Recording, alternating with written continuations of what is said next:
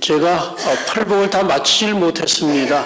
그래서 팔복을 좀 맞춰야 될 것 같습니다. 오늘은 7번째 복, 첫째부터 6째까지 저희가 이제 공부를 했고, 오늘은 이제 7번째가 되겠습니다. 7번째 복, 뭘까요? 화평케 하는 자는 복이 있나니 그들이 하나님의 아들이라 일컬음을 받을 것이며. 자, 우리 이 말씀을 함께 읽도록 하겠습니다. 화평하게 하는 자는 복이 있나니 그들이 하나님의 아들이라 일컬음을 받을 것이며. 몇 번째 복입니까? 7번째 복입니다. 7이라는 숫자는 항상 유대인들에게, 히브리인들에게는 상당히 중요한 의미를 가지고 있습니다. 7은 어떤 의미를 가지고 있습니까? 완전의 의미를 가지고 있습니다. 팔복은 그리스도인의 영적 성장의 계단을 우리에게 알려주고 있는데, 7번째니까 그리스도 안에 완전한 사람의 특징, 뭘까요? 화평하게 하는 사람이다. 다른 사람을 화평하게 하는 사람은 그리스도 안에서 완전한 사람이다. 이렇게 말할 수 있을 것입니다. 화평하게 하는 자는 복이 있나니. 화평이라는 게 뭘까요? 화평이라는 말은 다른 말로 말하면 평화입니다. 평화. 여기 쓰인 헬라어를 히브리어로 말하면 뭐겠습니까? 평화.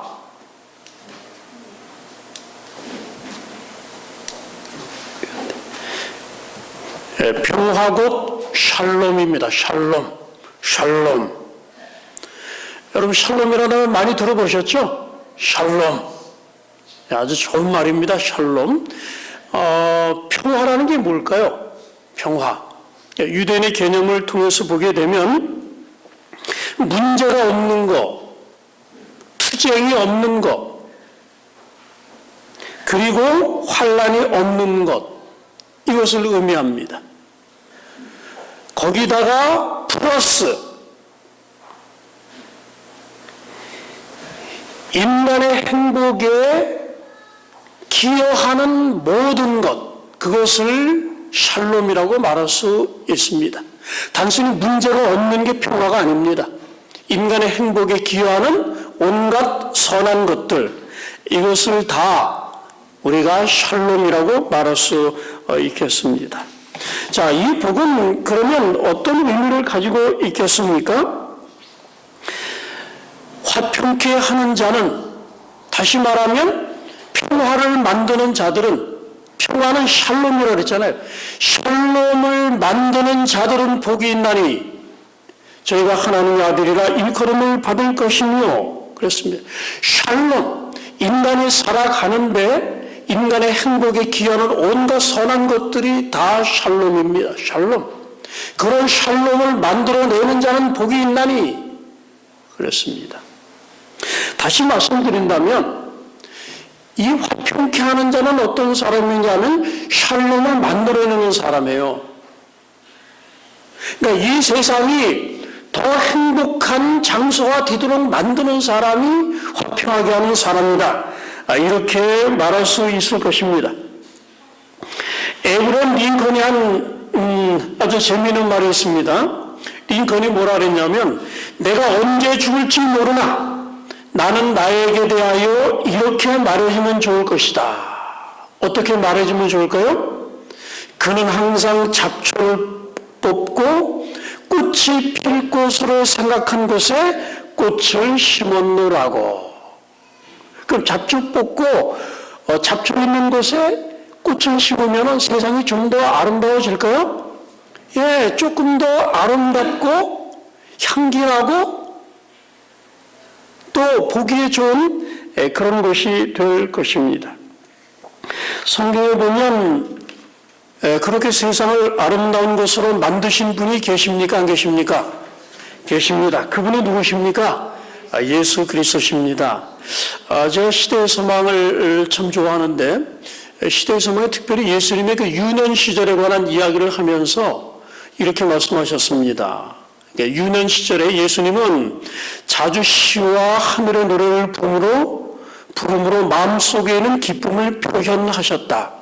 나사렛 동민들은 그분의 음성을 높여서 하나님께 찬송과 감사를 올리는 소리를 자주 들었다. 그러면서 그분은 노래로서 하늘과의 교통을 유지하셨다. 그분의 동료들은 일로 피곤하다고 불평할 때 그분의 입술에서 흘러나오는 감미로운 멜로디로 뭘 얻었습니까? 원주를 얻었다 그랬어요. 그러니까 예수님의 노래로서 사람들이 더 행복해졌습니까? 더 행복해지고 용기를 얻었습니다. 그분의 찬미 소리는 악한 천사들을 쫓아버리고 향연처럼 그 장소를 향기로 채우는 듯하였다. 그분의 노랫소리에 귀를 기울인 자들의 마음은 그들의 지상 나그네 생활에서 떠나 하늘 본향으로 이끌려갔다. 참 얼마나 멋있는 말씀이며 얼마나 멋있는 유년 시절의 예수님의 생애입니까? 그러면서 계속해서 말씀했습니다. 예수님은 세상을 치유하는 은혜의 셈이셨다. 그렇습니다. 사람을 치유하는 샘물을 흘러내시는 분이 바로 예수님이셨다.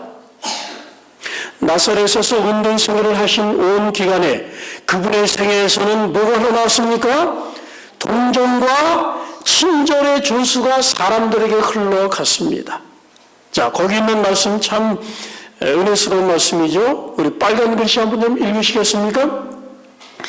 연로한 자나 슬퍼하는 자나 죄짐을 진 자나 순진한 기쁨 속에서 즐겨노는 어린이나 숲속의 작은 피조물이나 무거운 짐을 실은 참을성 있는 짐승을 물어나고 모두 그분이 계심으로 더 행복해졌다.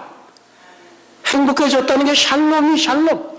샬롬을 만드신 분이 누구셔요? 예수님이시요. 우리 예수님은 이런 샬롬을 만드시는 분. 그러니까 예수님이 계심으로 더 행복해졌다. 사람도 행복해지고 또 누구도 행복해졌어요? 새들도 행복해지고 또 무거운 짐을 실은 노새, 언덕을 올라갈 때 낑낑낑 되는 이 노새들도 예수님 보면 행복했습니까? 예수님 보면, 그러니까 예수님의 짐승들도 아주 따스한 사랑으로 잘 돌보신 분입니다. 그래서 짐승들도 예수님이 계심으로써 더 행복해졌다.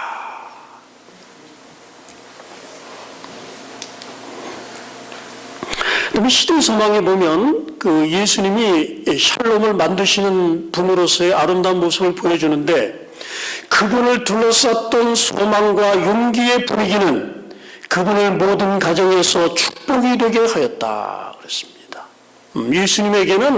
예수님은 다니실 때 뭐를 가지고 다니시는 분입니까? 분위기를 가지고 다니시는 분이에요.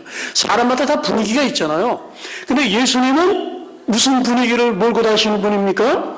소망과 용기의 분위기를 갖고 다니시는 분입니다.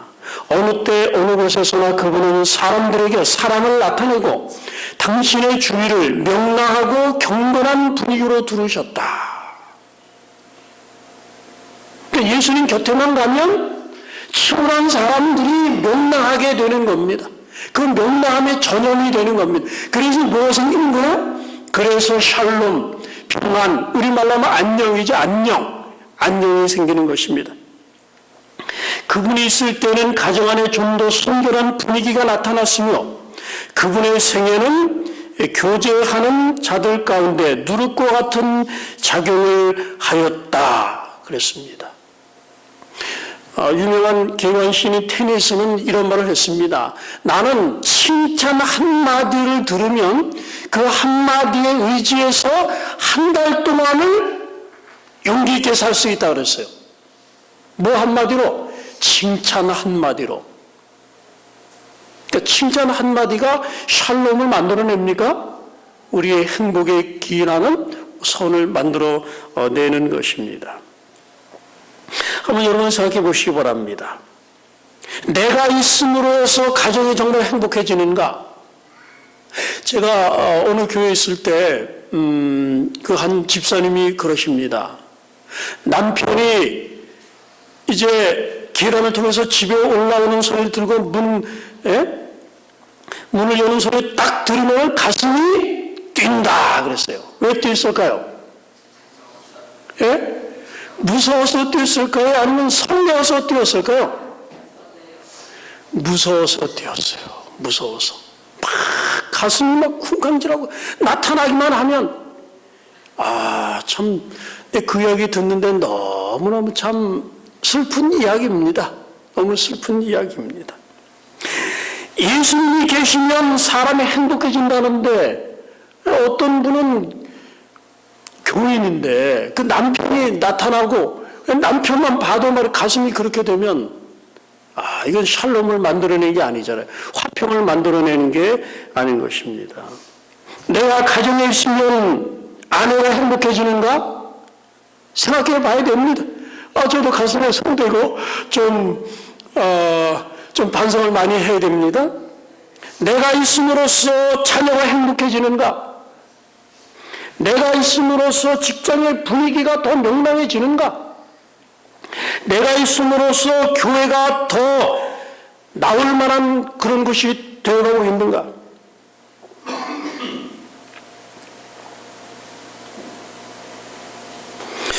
아니면 내가 나타나면 정말 행복해지다가도 그 분위기에 쫓기는 그런 분위기를 내가 몰고 다니는가? 아니면 내가 들어오면 침울했던 분위기가 환해지는가? 하는 것입니다. 근데 여기 보니까 화평케 하는 자, 샬롬을 만들어내는 자, 참 아름다운 말씀입니까?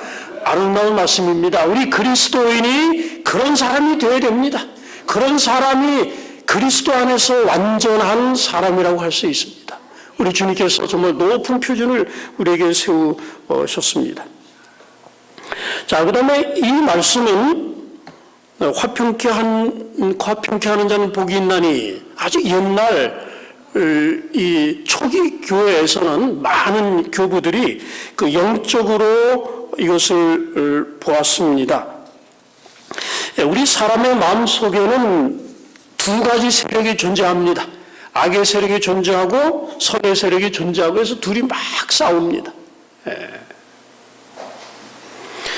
그래서 이 내적인 그런 갈등에서 승리한 사람은 복이 있다 그랬는데 여기 사람이 어떻게 평강을 얻을 수 있습니까? 여호와께서 말씀하시되 누구에게는 평강이 없다. 악인에게는 평강이 없다. 그들이 내 백성의 상처를 가볍게 여기면서 말하기를 평강하다 하나 평화 샬롬 이렇게 말하지만은 뭐가 없도다? 샬롬이 없도다 그렇습니다. 어떻게 하면 우리가 우리 마음에 샬롬을 가질 수 있을까요? 우리 양심과 화해하셔야 돼요. 양심의 소리를 잘 들으시고 때때로 우리의 양심을 거스르는 때가 있습니다. 양심이 천둥 소리를 내고 양심이 우리의 심령을 찌르는 때가 있지 않습니까?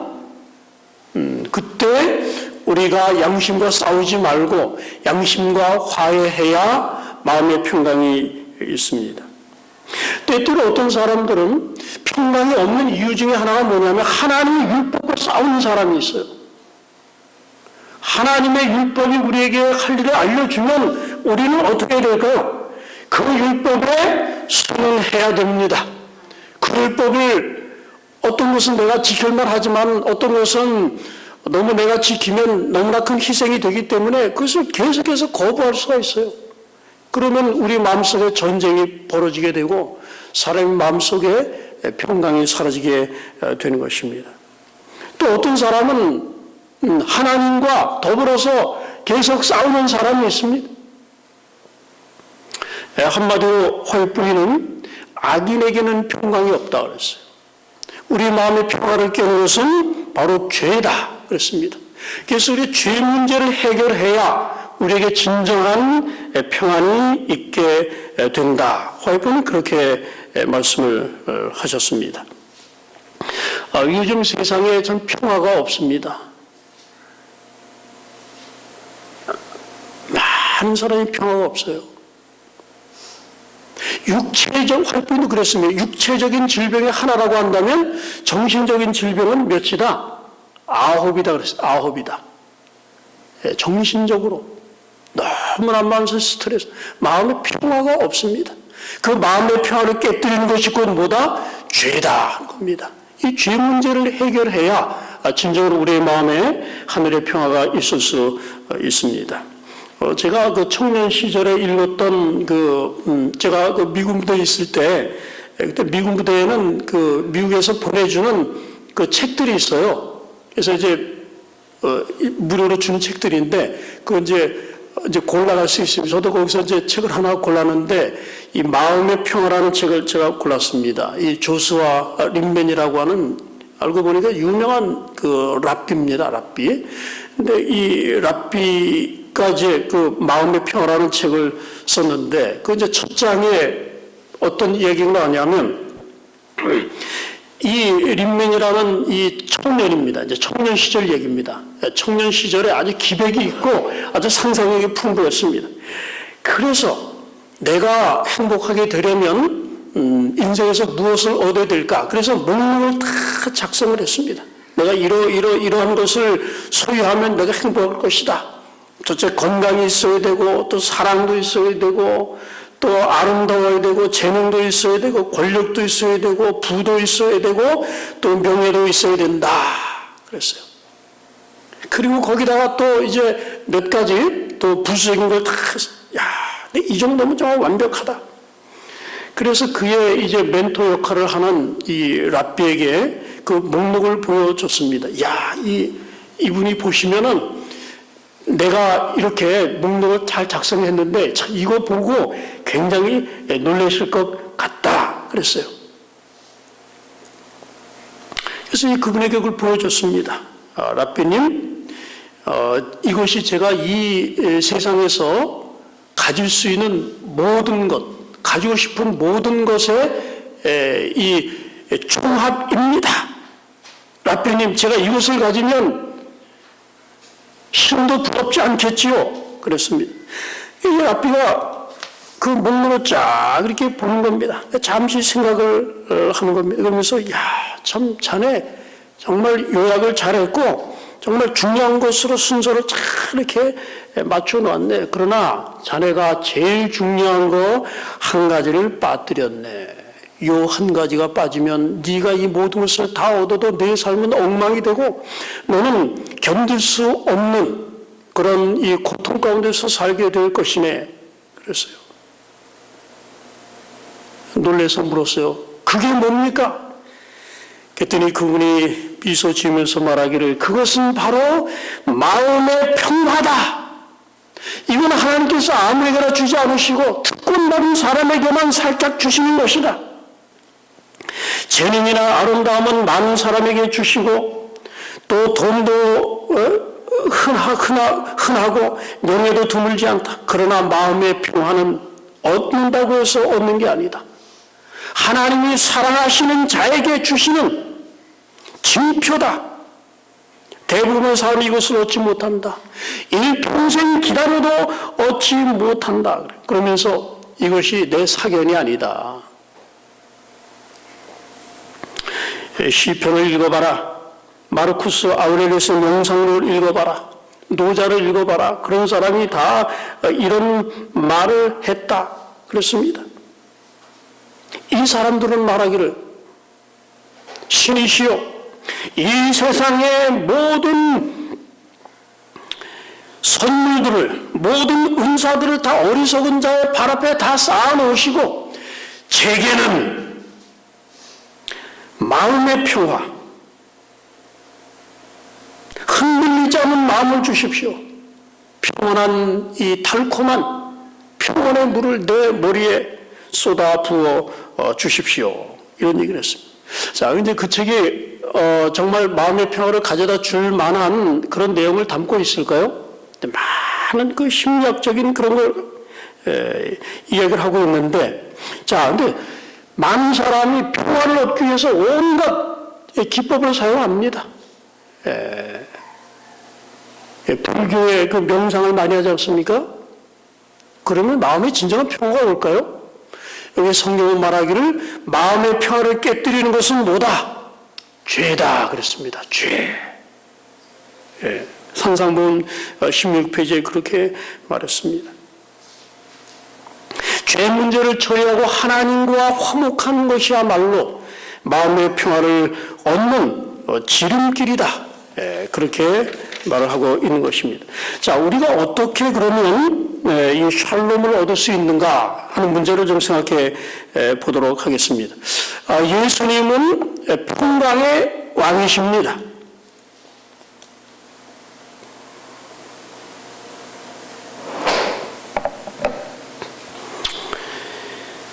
죄는 하나님과 우리 사이를 깨뜨렸습니다. 그래서 하늘과 땅을 연결시키는 것이 바로 예수님이 이 땅에 하러 오신 일입니다. 자, 여기 있는 말씀을 보면 우리가 믿음으로 의롭다 하심을 얻었은즉 우리 주 예수 그리스도로 말미암아 하나님으로 더불어 뭐를 누리자? 화평을 누리자 그랬어요. 하나님과 사람 사이가 죄로 말미암아 무슨 지간이 됐습니까? 원수 지간이 된 것입니다.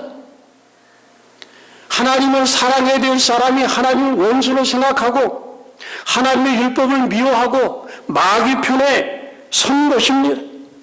율법에 대해서 적대적이고 이기심을 품고 사랑의 하나님의 얼굴에 주먹을 날리는 그런 사람이 된 것입니다.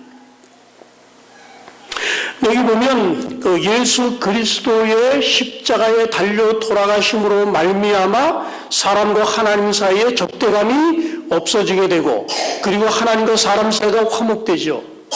근데 여러분 그런 경험 하신 적 있습니까? 남편과 아내 사이도 그렇고 정말 서로 간에 너무나 이 그 적대감, 서로 증오하는 마음, 그래서 말도 안 하고 너무나 불편한 관계에 있었는데 어떻게 극적으로 화해 딱 하고 하니까 어떻습니까? 마음속에 안도감과 평화가 쫙 찾아오지 않습니까? 근데 사람의 기본적인 불안이 어디에서 오는 것입니까? 창조주 하나님과 분리되고 불안돼서 오는 겁니다. 창조주 하나님과 화목되었다고 하는 그런 느낌을 갖게 될 때 우리 속에 하늘의 진정한 평화가 오게 되는 것입니다. 여기 보면 그 이리안 자야 제가 가보지는 않았는데 거기 굉장히 그 오지라 그래요. 목사님 그렇죠? 갔다 오셨습니까? 이리안 자야. 거기 뭐 얘기를 하는데 참 무시무시하더라고요. 뭐 그 거머리가 붙는데 거머리가 붙으면 뭐 살이 뻥뻥 뚫리고 뭐 그런 얘기를 하는 이 이리안 자야에 옛날에 그 선교사 한 사람이 갔습니다. 아주 옛날에. 근데 여기 이제 식인종이라 그래요.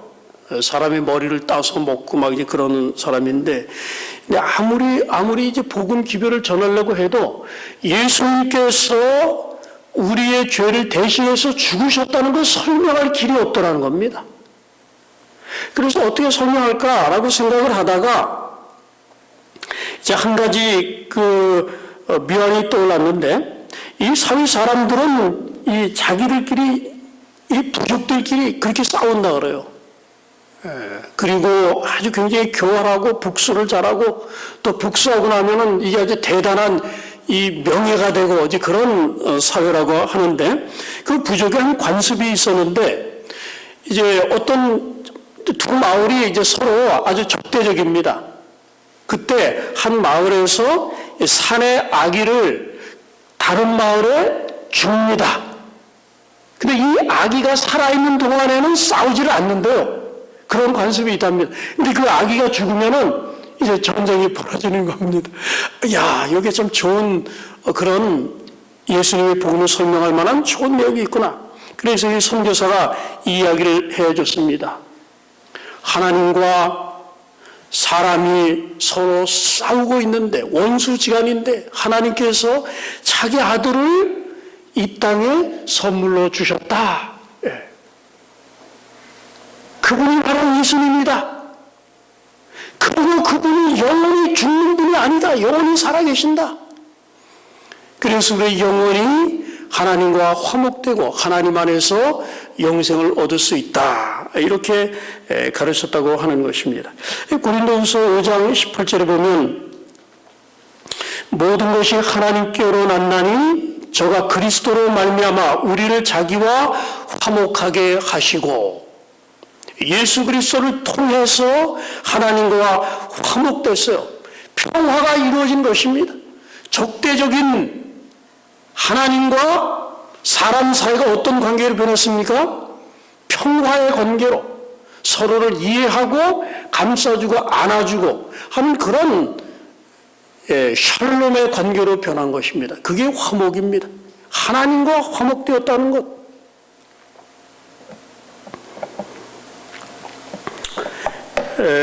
여러분, 이 콜트, 아마 우리 한국 분들은 잘 모르실 겁니다. 미국은 이 총이 많은 나라 아닙니까? 그래서 콜트라고 하는 이름만 들으면 다 알아요. 콜트가 뭡니까? 콜트가 총 이름입니다. 총 이름. 옛날에는 이제 권총도 총 쓰기가 참 어려웠습니다. 그걸 장전하고 뭐하고 이렇게 좀 복잡하기 때문에. 그러나 이 사람이 아주 단순하게 총 콜트라고 하는 자기 이름을 붙여서 총을 만들었는데 이 장전하기 굉장히 쉬워요. 이 탄창을 가지고 착 해서 하면 다 쏠 수 있게. 그래서 이 총의 이름을 평화 지킴이로 불렀어요. 피스키퍼. 평화를 지키는 도구다. 그렇게 했습니다. 그래서 장전도 쉽고 조준 사격하기도 아주 참 쉬운 것입니다. 그래서 왜 평화 지킴이냐? 옛날에는 어떻습니까? 요즘도 그렇잖아요. 요즘도 초등학교에 가면은 등치 큰 아이한테 등치 작은 아이들이 당하잖아요. 근데 타고났기 때문에 힘이 부족하니까 어쩔 수 없어요. 근데 성인들도 마찬가지, 옛날에는 성인들도 마찬가지였습니다. 그러나 이 콜트라는 이 총이 발명되면서부터는 달라졌다 하는 겁니다. 이 힘이라는 게 무의미해져 버렸어요. 아무리 힘센 사람이 어떻습니까? 권총으로 쏴버리면 끝 아니에요. 그래서 모든 사람을 동등하게 만들어서 평화를 지켜주는 것이다. 그 레이건 대통령도 1982년에 이동식 MX 미사일에 이제 피스키퍼, 평화 지킴이 이렇게 얘기를 했고, 피스키퍼 얘기를 하면 보통 뭐 무기나 군인이나 전쟁이나 뭐 이런 것들 많이 나오잖아요. 평화를 지키려면 어떻게 해야 될까요? 무기가 많아야 돼. 군인이 많아야 돼. 많을수록 더 좋은 것입니다. 그래서 평화를 만들어내는 게 아니라 평화를 유지시키는 역할을 하지요. 그런데 우리 예수님께서는 그것을 넘어서서 평화를 만들어내는 사람들에 대해서 말씀을 하셨어요. 아무리 무기가 많아도 평화를 만들어낼 수 없습니다. 그동안에 얼마나 많은 무기들이 발명되고 얼마나 많은 군대들이 양성되고 얼마나 많은 사단들이 생겨나고 얼마나 많은 포병들이 생겨나고 그래도 전쟁이 얼마나 많았습니까? 그 전쟁을 막을 수가 없는 것입니다. 그런데 우리 예수님께서는 평화를 만들어내는 사람은 복이 있다 그랬습니다. 왜 싸움이 발생되는지 그 이유를 알고 그것을 해소하고 그리고 양자가 이 사랑하는 관계를 회복하도록 만들 때 비로소 진정한 평화가 만들어지는 것입니다. 근데 그 평화를 누가 만드셨습니까? 예수님께서 만드신 것입니다. 이 땅의 적대감의 진정한 원인은 무엇입니까? 죄입니다. 하나님에 대한 반역입니다. 근데 우리 예수님께서 그 죄를 친히 담당하시고 예수님의 사랑으로 사람의 마음속에 그 적대감을 사랑으로 바꾸어 주시는 겁니다. 예수님의 십자가에 달려 돌아가심으로 말미암아 그분의 희생을 믿는 믿음으로 말미암아 화목하게 될 때 비로소 사람의 마음이 싸우려는 마음을 버리게 되고 사랑하는 마음으로 평화로 사랑하는 마음으로 바뀌게 되는 것입니다. 죄와 마귀와 이기심, 복음으로 정복되고 그때 비로소 이 세상에 하늘의 평화가 오게 되는 것입니다. 그렇게 됐을 때 우리가 하나님과 화목되는 일이 제일 중요합니다. 하나님과의 관계가 안 좋으면 안 됩니다. 하나님과의 관계가 회복되면 그 다음에 우리의 마음속에 변화가 이르러 옵니다. 자, 어떤 변화가 이르러 옵니까? 마음속에 받아들여진 그리스도의 은혜는 뭐를 제거해 줍니까? 적의를 제거해 준다. 적대감을 없애준다는 겁니다. 하나님의 은혜가 우리 마음속에 받아들여지면 우리 마음속에 무슨 마음이 없어집니까? 다른 사람을 미워하는 마음이 없어진다는 겁니다. 놀라운 말씀입니까? 예. 마음속에 받아들여진 그리스도의 은혜는 적의를 제거해 준다. 왜냐하면 분쟁을 완화시켜주고 심령을 사랑으로 채워주기 때문이다. 그렇게 됐을 때 비로소 우리가 다른 사람을 사랑할 수 있게 됩니다. 하나님과 화목되고 그리고 그의 마음속에 적대감이 사라지게 되고 그리고 사랑이 마음속에 충만히 부어지면 다른 사람을 사랑하는 사람으로 다른 사람을 미워하지 않는 마음으로 바뀌게 되는 것입니다. 사람은 화평을 만들어낼 수 없다. 인간이 개인이나 사회를 깨끗하게 하고 고상하게 하려고 계획하나 화평을 이뤄내지 못하는 것은 이런 계획에 심령을 울리지 못하기 때문이다. 자, 여기 있는 말씀 읽겠습니다. 같이 읽겠습니다. 참된 화평을 창조하고 영속시킬 수 있는 유일한 능력은 그리스도의 은혜다. 그리스도의 은혜만이 참된 화평을 만들어낼 수 있습니다. 이 은혜가 마음에 심겨지면 그것은 분쟁과 불화를 일으키는 악한 정욕을 내쫓을 것이다. 그랬어요. 여러분 좀 미워하시는 분 있습니까? 미워하시는 분 여러분 개인적인 능력으로 쫓아내기 힘듭니다. 미워하는 마음, 예? 원수를 어떻게 우리가 사랑할 수 있습니까?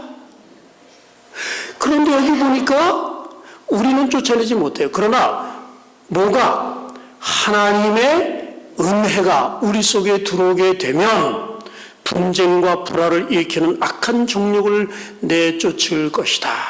그랬어요. 그래서 하나님과 관계 회복이 가장 중요한 겁니다.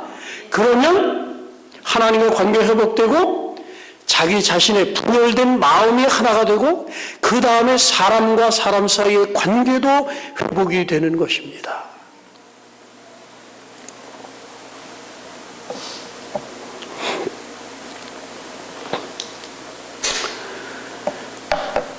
이 구절을 많은 사람이 좀 오해합니다. 설교에 주어진 말씀이죠. 그러므로 예물을 제단에 드리려다가 거기서 내 형제에게 원망 들을 만한 일이 있는 것이 생각나거든 어떻게 하라? 예물을 제단 앞에 두고 먼저 가서 형제와 뭐하고? 화목하고 그 후에 와서 예물을 드리라. 자, 이 제단 앞에 예물을 드리러 간 사람이 나쁜 일을 내가 형제에게 아주 나쁜 일을 한 게 있는데 내가 잊어버렸구나. 그런 생각이 드는 겁니까? 그래요, 안 그래요? 근데 이 말씀은 그 말씀이 아닙니다. 헬라어로 보면 그렇지가 않아요. 네가 다른 사람에게 잘못한 일이 있는 것이 생각나거든 이렇게 되어 있지 않습니다. 그 말을 좀 지적하자면 다른 사람이 네게 대해서 유감을 갖고 있거든 그런 얘기예요. 다른 사람이 네게 대해서 어떤 적대감을 갖고 있거든 그랬습니다. 그런데 나는 잘못을 한 것 같지가 않거든요. 나는. 근데 다른 사람이 나에 대해서 오해하고 적대감을 가지고 이렇게 했으면 내가 잘못 안 했는데 내가 그 사람하고 무슨 화해할 일이 있습니까? 우리가 종종 그럴 때가 있지 않습니까? 나는 괜찮아. 나는 잘못한 거 하나도 없는데 저 사람은 우회해서 그런 거지. 여기 예수님이 뭐라고 말씀하십니까? 화목된 사람은 아주 적극적인 화해의 사람이 되어야 된다. 그랬습니다. 그런 사람한테 가서, 참 여러분, 내가 잘못 안 했어도 참 미안하네. 그렇게 말할 수 있습니까? 그렇게 말할 수 있는 용기가 우리에게 필요합니다. 그래서 그 형제를 화목시킬 수 있다면 우리 그렇게 해야 됩니다. 예수님이 그렇게 하라 그랬습니다. 누군가 너에 대해서 말이에요. 풀리지 않는 그런, 제가 제가 목회 초년 시절에 보니까 그런 일이 있었어요.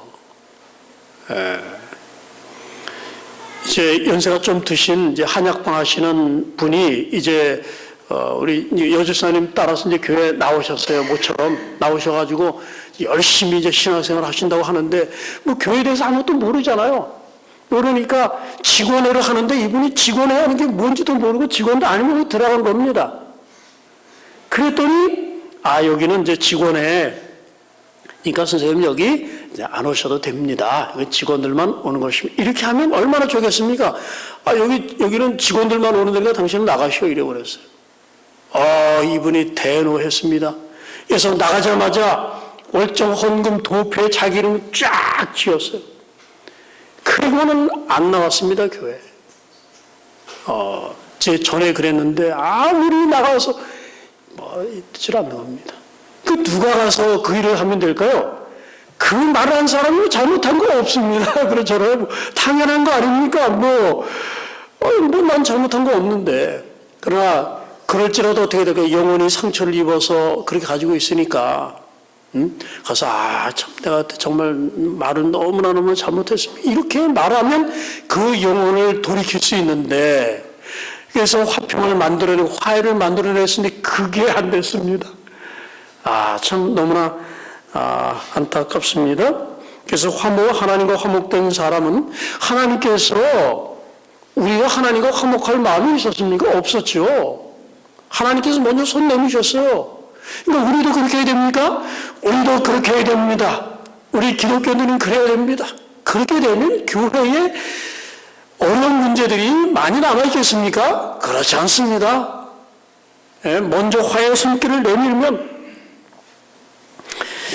특히 교회 내에 이런 문제들이 참 많은데, 교회지는 6권인 것 같습니다.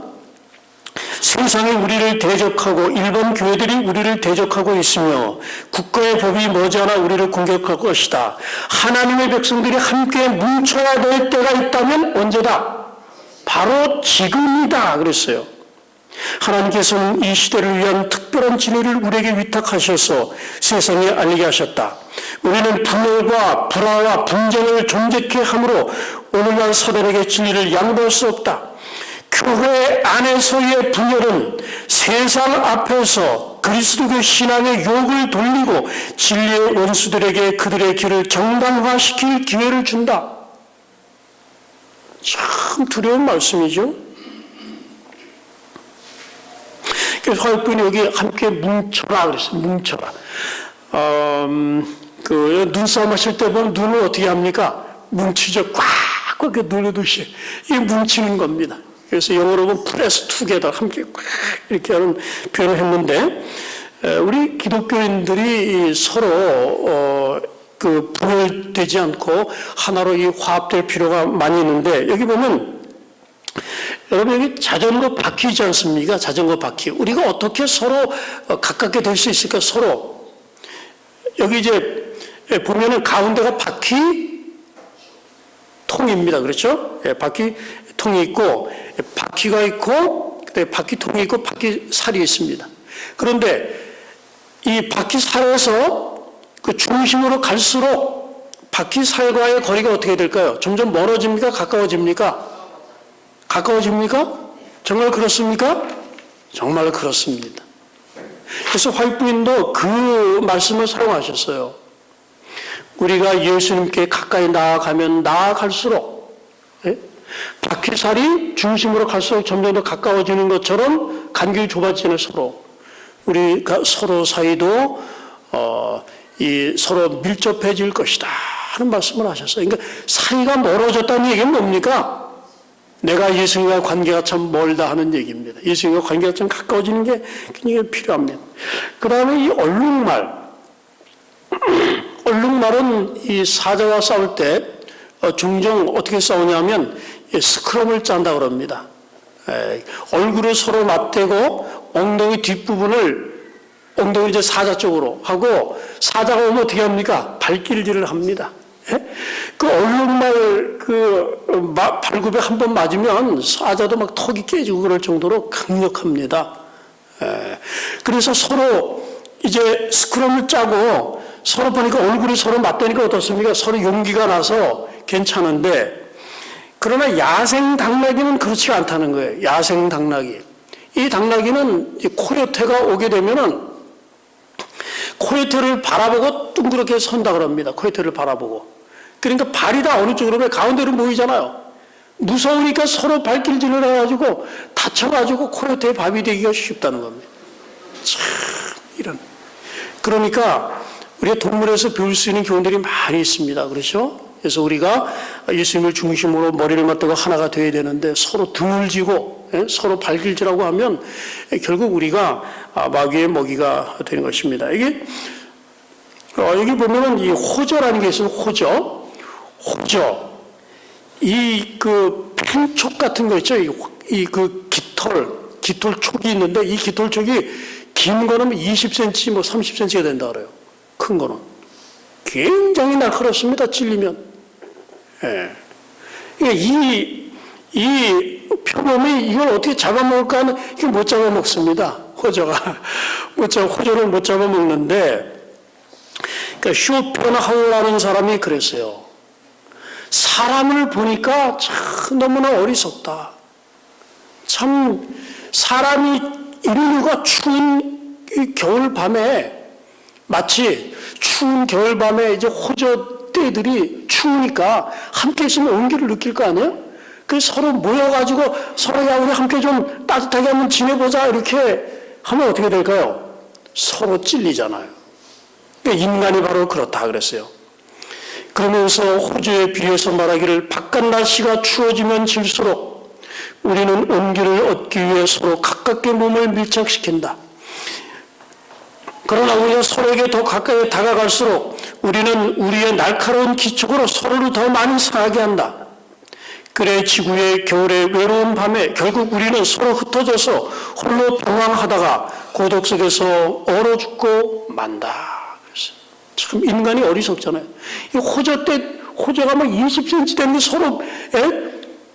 서로 온기를 나누자고 해서 서로 밀착하면 할수록 서로 찌르는 것처럼 참 우리 사람들도 어떻게 가까워지면 가까워질수록 그렇게 서로 상처를 주고 왜 그러는가.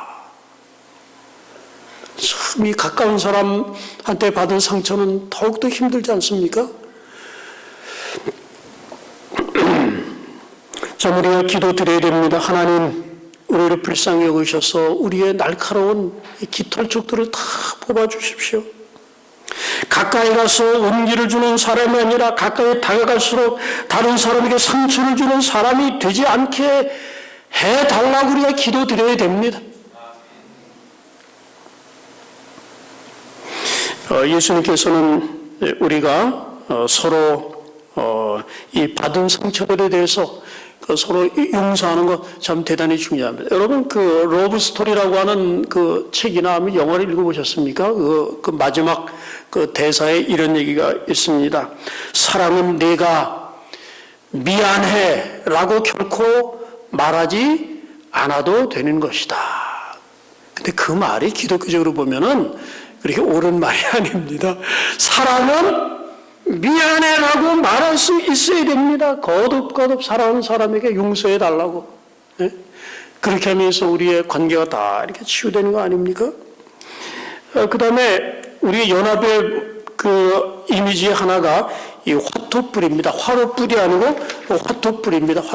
화토불 이미지예요. 제가 허이프의 그 교회 증언을 읽다 보니까 이 화토불 이미지가 딱 떠오르더라고요.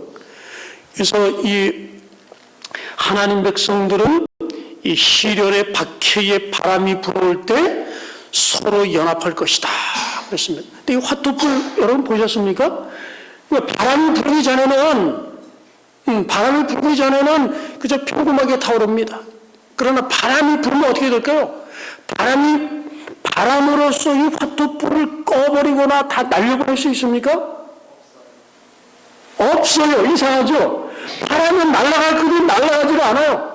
오히려 오그라들어요. 바람이 불수록 쫙 오그라들면서 이 바람이 바람 때문에 더 맹렬하게 타오르는 말.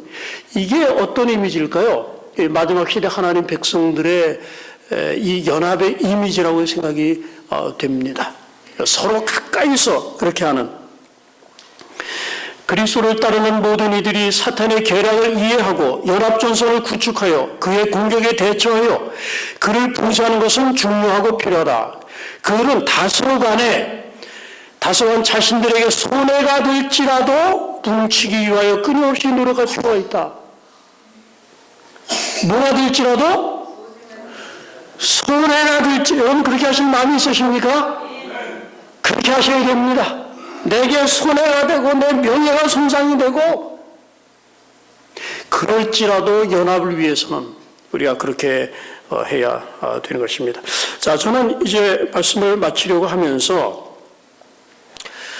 여기 그리스도와 하나가 된 자는 형제들끼리도 연합될 것이다. 하나가 될 것이다. 이렇게 말씀을 하셨는데 진정으로 화평케 하는 사람, 진정으로 화평케 하는 사람은 어떤 사람입니까? 고린도서 5장 19절에 보니까 이는 하나님께서 그리스도 안에 계시사 세상을 자기와 화목하게 하시며 그래서 저희 죄를 저에게 돌리지 아니하시고 자 그다음에요 화목하게 하는 말씀을 우리에게 부탁하셨느니라 그랬습니다. 그러니까 예수님과 화목된 사람은 어떤 사람입니까? 이 화목의 기별, 내가 예수님을 믿고 내 죄를 다 포기하고 예수님께 순복했을 때 하나님과 화목되고 평화가 이루어져 왔습니다. 그래서 내가 화목된 사람으로서 다른 사람을 하나님과 화목시키는 일을 할 때 그 사람이 뭐 하는 사람입니까? 그 사람이 화평케 하는 사람입니다. 궁극적인 의미로 화이프일이 그렇게 적용을 하셨습니다. 예수님께서 자기 생명을 버려서 사람과 하나님 사이의 평화를 이룩하셨습니다. 우리도 하나님과 화목된 사람으로서 희생하면서 죄인과 하나님 사이의 화목을 이루기 위해서 노력할 때 그때 우리가 누구를 닮는 겁니까? 예수님을 닮는 겁니다. 화평케 하는 그런 사람이 되는 것입니다. 화평케 하는 사람은 하나님의 아들이 된다 그랬습니다. 하나님의 아들. 근데 보면은 우리가 보아너게 있지 않습니까? 우레의 아들. 우레가 아들을 낳았습니까? 그런 게 아니죠. 히브리어 표현입니다.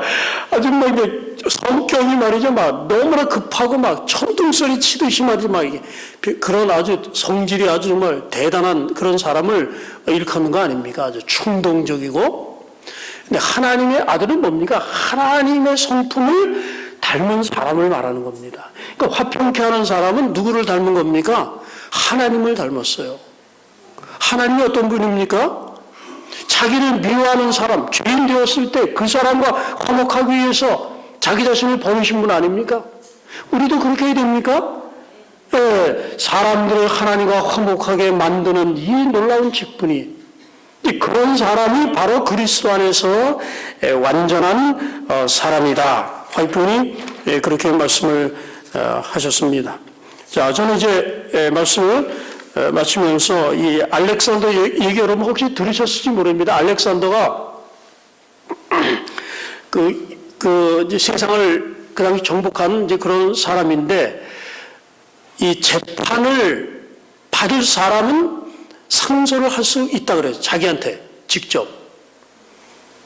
공정하지 못할 생각이 되면 나한테 상소를 해라. 그런데 사람들이 상소를 별로 하지 않았다는 건데 왜냐하면 공정하긴 한데 가차없는 판결을 내리니까. 근데 어느 날 보니까 어린 그 병사 하나가 이제 상소를 신청해서 이제 그 앞에 데려져 왔습니다. 근데 보니까 로마 군인의 그 뭡니까 치마 이런 걸 입고 이렇게 왔습니다. 근데 딱 보니까 아주 앳된 이 청년입니다. 그래서 물었어요. 네 제목이 뭐냐? 그랬더니 검사가 말을 그 전쟁에서 이 겁쟁이 노릇을 했습니다 하는 겁니다. 근데 알렉산더는 이 정말 육명이 탁월한 사람입니다. 사람들을 막 떠밀어 가지고 전쟁에 나가려고 하는 사람이 아니라 본인이 직접 나가서 전쟁에 동력해 나가는 사람입니다. 그걸 보고 사람들이 용맹한 황제를 따라서 전쟁에 나가서 이겼거든요. 그런데 갑자기 군인인 겁니다. 그 말을 들으니까 이 알렉산더의 안색이 쫙 변하는 겁니다. 그리고 법정이 어떤 판결이 내릴지 예상하고 아주 조용해졌습니다.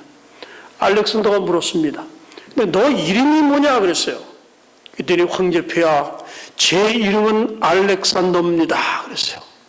네 이름이 알렉산더라고? 그런데 네가 싸움에서 도망을 가? 알렉산더면 알렉산더 내 이름에 걸맞게 네가 행동을 해야지. 그래서 내가 판결을 내리는데 내 행동을 바꾸든지 내 이름을 바꾸든지 둘 중에 하나를 해라. 이런 판결을 내렸다는 이야기가 있습니다. 사랑하는 우리 성도 여러분들이시여, 우리 주님께서 우리에게 화목하게 하는 직책을 주셨어요. 그리고 하나님은 평강의 왕이십니다. 다른 사람을 화목시키고 자신과 화목시키는 일에 전문가십니다. 근데 우리가 화평케 하는 사람이 아니라면 어떻게 될까요? 우리 주님께서 뭐라 하실까요? 너 이름을 바꾸든지 내 행동을 바꾸든지 둘 중에 하나를 하라. 저와 여러분은 정말 얼마나 놀라운 직분을 가지고 있습니까? 우리는 뭐 하는 사람입니까? 화평케 하는 사람입니다. 간격이 이렇게 세워졌을 때 그런 사람들의 간격을 다 메워서 화평하게 하고, 하나님과 사람 사이에 이 불화의 관계, 그런 사람을 하나님과 화목시켜서 하늘의 평화를 얻게 하는 이 놀라운 직분을 저와 여러분에게 주셨습니다. 이 화평케 하는 자는 복이 있나니, 그리스도인 이 사다리 아마 제일 꼭대기인 것 같습니다. 그리스도인은 완전, 얼마나 참 아름다운 모습입니까? 이 평화를 만들어내는, 샬롬을 만들어내는 그런 하나님의 종들이 되시기를 간절히 기원합니다.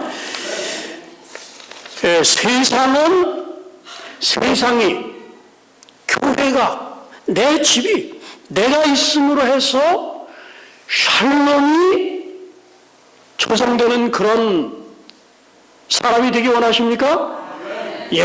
여러분이 계심으로써 가정의 참 분위기가 너무너무 부드럽고 평안하고 말이죠.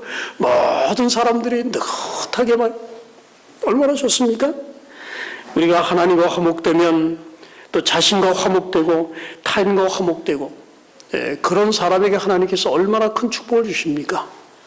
하나님을 닮은 사람, 하나님의 자녀라고 하는 그런 큰 축복을 주십니다.